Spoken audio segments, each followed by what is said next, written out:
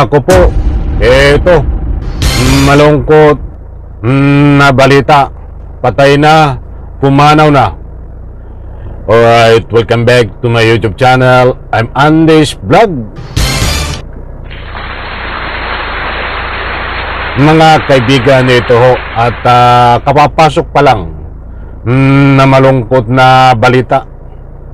Pumanaw na ho, patay na itong Duterte, mga kaibigan. Nako, ay sandali, titingnan natin dito sa comment section. Magbabasa muna tayo ng public opinion kung ito ay mayroong katotohanan, mga kaibigan.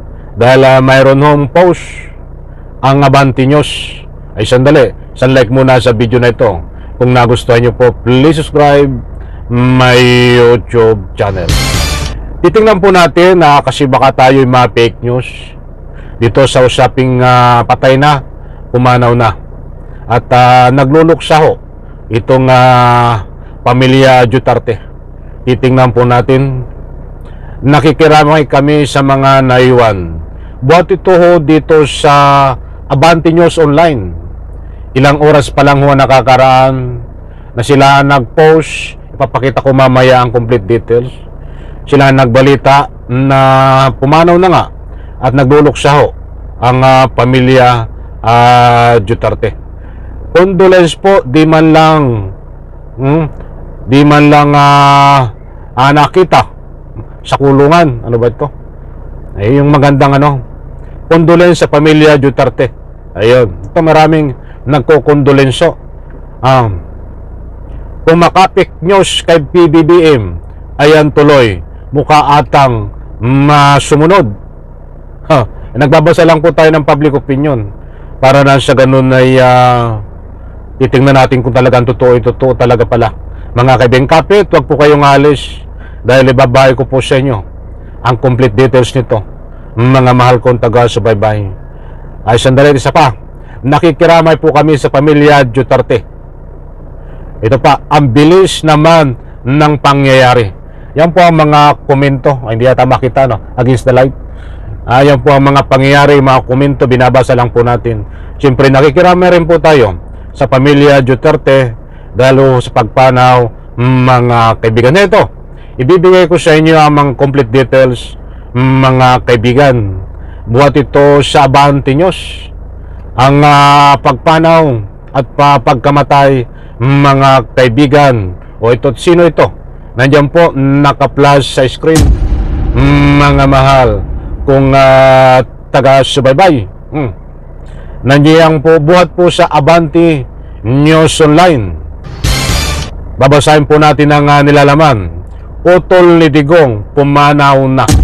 Kung nandiyan po, buhat sa Abante News Online, na ibig sabihin ng pumanaw na, ay namatay na ho itong utol kapatid ni Digong. Makikita nyo po sa screen, yan po si Bangag, yan ang tunay na Bangag, si Harry Roque.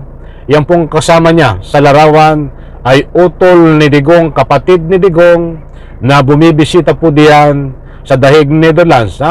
Nakita po natin bumisita na rin doon yan at pinakita sa balita. Yan po ang pumanaw na utol ni Digong, kapatid ni Digong, ayon po dito sa Abante News Online. Babasahin po natin ang kabuang istorya. Pumanaw na ang bunsong kapatid ni dating Pangulong Rodrigo Duterte na si Bong Duterte, ayon sa anunsyo ng kanilang pinsan. So ang nag-anunsyo nito, ang nagsabi na pumanaw na ay ang kanilang pinsan at ibinalita naman ng Abante News Online. Hindi po tayo nagpapakalat ng anumang fake news. Hinatid ko lang po sa inyo itong kumakalat na balita buhat sa Abante News Online na kapatid ni Digong, utol ni Digong ay pumanaw na, ibig sabihin ay namatay na ho, mga kaibigan. Ano po ang masasabi nyo in reaction tungkol dito sa pagkamatay ng utol ni Digong, mga kaibigan? Saan ka siya pumanaw? Kasi nakikita natin sa balita ho ito ay nandiyan sa The Hague, Netherlands noon, ilang buwan na ang nakakaraan. Hindi ko alam kung nandiyan pa ho siya o nakauwi na ng Pilipinas. But ibibigay ko po sa inyo ang complete details nito, ang kabuuan kung ano ang nangyari dito at biglaan ang pangyayari. Disclaimer lang mga mahal kong taga-subaybay, lilinawin ko ho. Baka po kayo ay medyo ma-misinterpret. Ang namatay ho ay utol ni Digong Duterte, kapatid ni Digong Duterte na ang pangalan ay si Bong Duterte.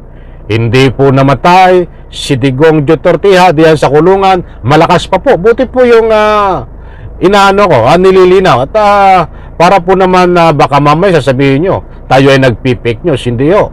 Binibihin ko lang po sa inyo ito. Itong kapapasok pa lang na mainit na balita. Nako, ito pa naman ay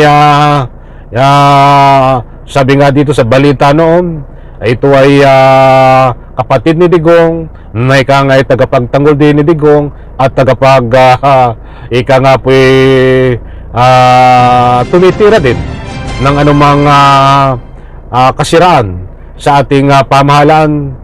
Kaya kung ano ang maisipan niya para lang maipagtanggol ang kanyang kapatid ay nagagawa ho ito before. But yan ho ay kung nagawa man niya yun ay condolence na lang at maikli lang ang buhay, di ba? Sana habang nabubuhay tayo sa mundo ay nandun yung love, sharing at respeto. Hindi yung puro character assassination. But anyway, muli ho, kung condolence ho sa pamilya Duterte, mga kaibigan, at buhat sa balita na ito, ay yan po dito tayo nagbatay, mga mahal kong taga-subaybay. At siyempre marami po ang nagtatanong, marami ang nagbibigay ng anumang public opinion, kaya pinadaanan ko ito kung sino raw po ang namatay na Duterte.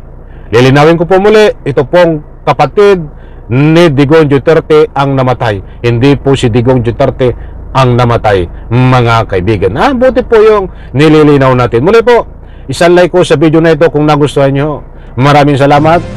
Huwag pong kalimutan magbigay ng anumang komento sa comment section. Karapatan nyo po yan. Bye-bye. Palakpakan.